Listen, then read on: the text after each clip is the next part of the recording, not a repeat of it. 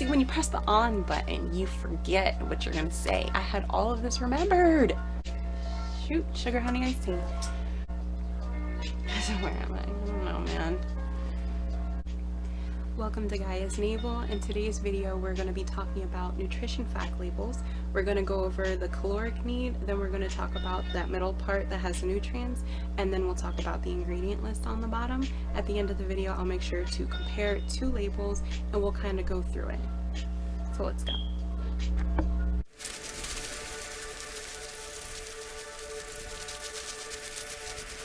So the first thing we're going to talk about are calories, and calories are the measurement of energy. So the number that we see on our food is telling us how much energy we're going to get from eating that food. And I think that's why it's best to kind of look at food as a necessity and not something that we're really looking forward to, because we're emotional beings and we tend to eat emotionally.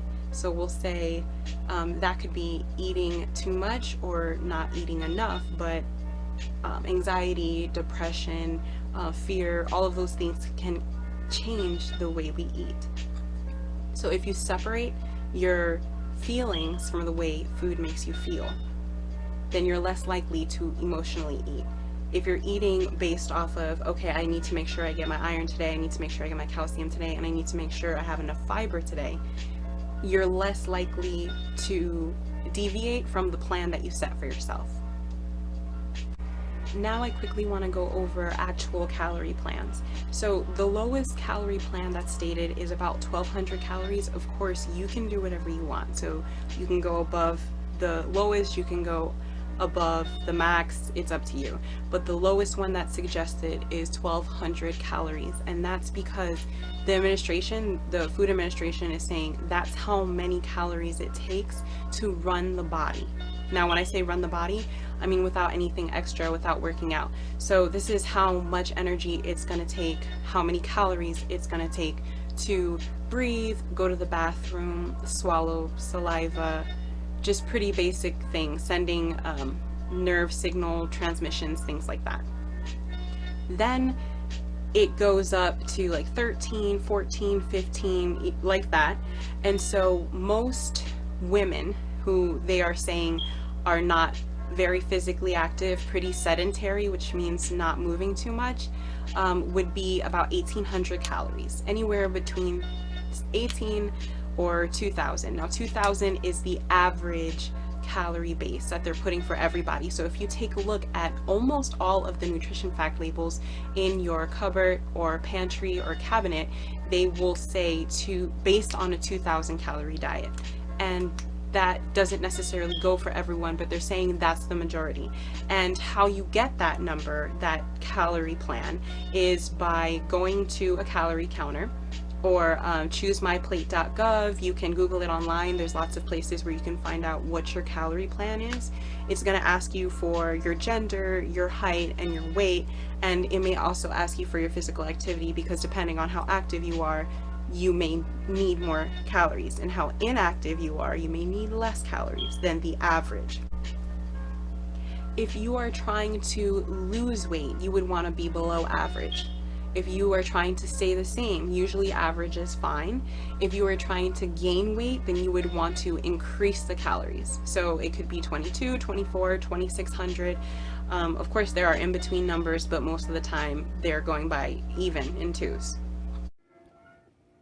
So I've uploaded a picture, and this is based on a 2,000 calorie diet. On the left hand side, you'll see the nutrients, and on the right hand side, you'll see the goal. So you'll have your saturated fat, and then it has the percentage of daily value. So this will say 20 grams, and the goal is less than. So you want less than 20 grams per day. Now, of course, this is based on, again, a 2,000 calorie diet. So if you have a 1,600 calorie diet, or if you have a 3,000 calorie diet, lack and misuse of these nutrients are the contributing factors in obesity, type 2 diabetes, osteoporosis, cardiovascular health issues like heart attack and stroke, and cancer. Okay, now really quickly, I want to take a look at these two pasta boxes. This one is made with chickpeas, and this one is made with regular wheat, not whole grain or anything. This is regular bleached flour. and they're by the same brand. So really quick, we're looking at the nutrition facts, and here the calories for 2 ounces is 190. Here the calories is 200. So if we go down this list, that's what we're going to compare, this list here. This has a dual section. That's because they're also giving you the calorie count for 3.5 ounces.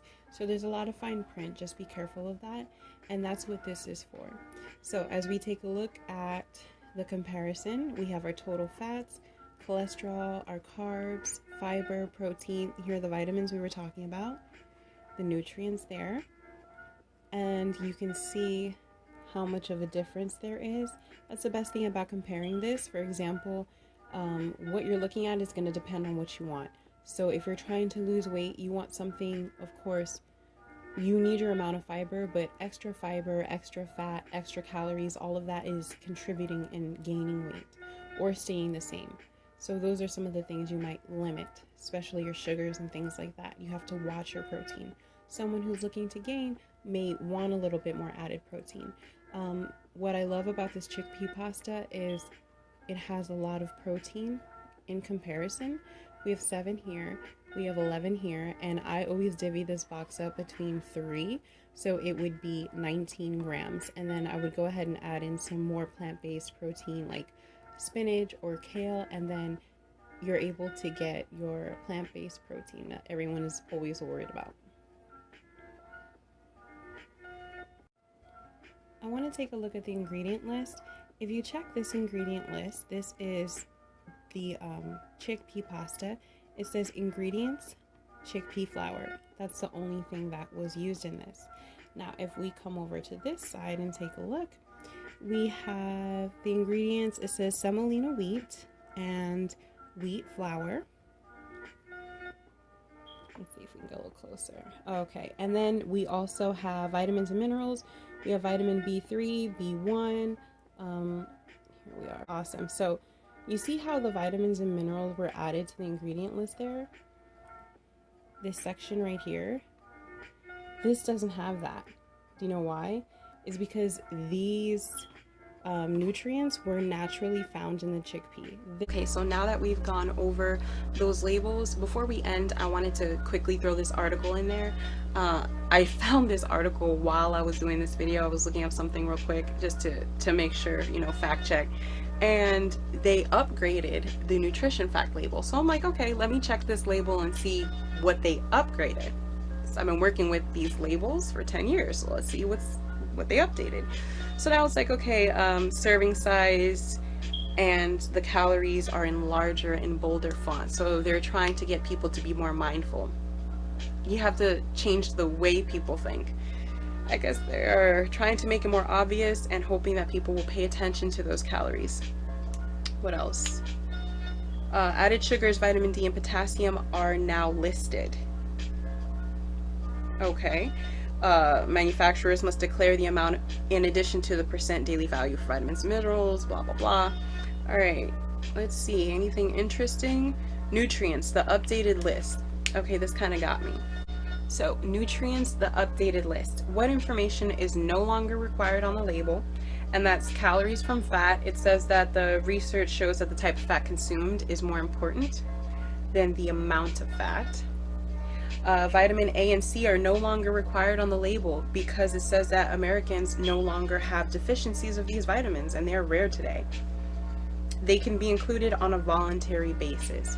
Now, I do feel like taking the vitamin C out kind of sucks because there's so many people who actually still don't get their vitamin C the natural way anyway, and there are people who are in more need of it, especially when that's one of the things that contributes to boosting our immune system. That's interesting. Okay, so vitamin A is no longer required on the label. Like, that kind of sucks. I like to know all of the nutrients that are included. So I guess I work with the kind of labels that like to put that information because they're proud of everything that they have in it, so they want to put that. What information was added to the label? Added sugars, so they have to put on the label added sugars if it has sucrose or dextrose. We'll talk about sweeteners and stuff in another video. And vitamin D and potassium are now required to be listed on the label, because Americans do not always get the recommended amounts. That's actually great news.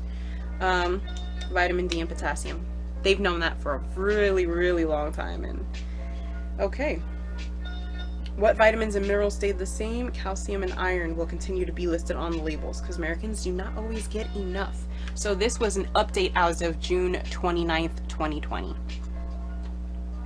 Future videos are going to be about the nutrients, all of the ones that are on the label and including the ones that are not on the label. I'll go through them one by one, not a one-word description, but in depth into all of them. And if you want to see those videos, subscribe. If you don't want to miss when I put that video out, hit the bell. And if you liked it, give me a thumbs up, comment, let me know what you thought, and I will see you next video.